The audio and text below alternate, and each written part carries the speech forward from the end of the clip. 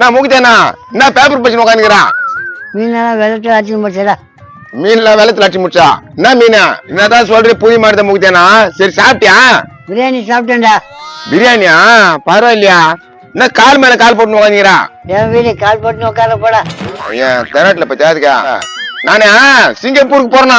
நேத்தா போயிருந்தேன், மழை பெய்யுது பாத்துப்போ. சிங்கப்பூருக்கு நேத்து தான் போய் வந்தேன். என்ன சொல்றான் தால? நான் எங்க தாத்தா என்ன பேசினீங்கறா? உங்க தாத்தா மீட்டிங் போடுற அங்க பேசிக்கிறேன். அட போடா அந்த ஏடா கூடமா பேசுறான். அவரு பேச ஆரம்பிச்சா தத்துவமா பேசுவாருண்ணா. இப்பதான் கொஞ்சம் பேச்சு அடங்கி போச்சு. என்ன பாரு சாப்பிட்டியாப்பா? என்ன சாப்பிட்டியான்னு கேட்டு எலி மருந்து சாப்பிட சொல்லுவேன் அதானா? நான் உன்னையா கேட்டேன், அவனை கேட்டேன். கேளு கேளு சொல்லுப்பா என்ன சாப்பிட்டேன்னு. இட்லி உப்புமா சாப்பிட்ட மூக்காண்ணா. டேய் என்னடா எங்க தாத்தா மூக்குன்றா?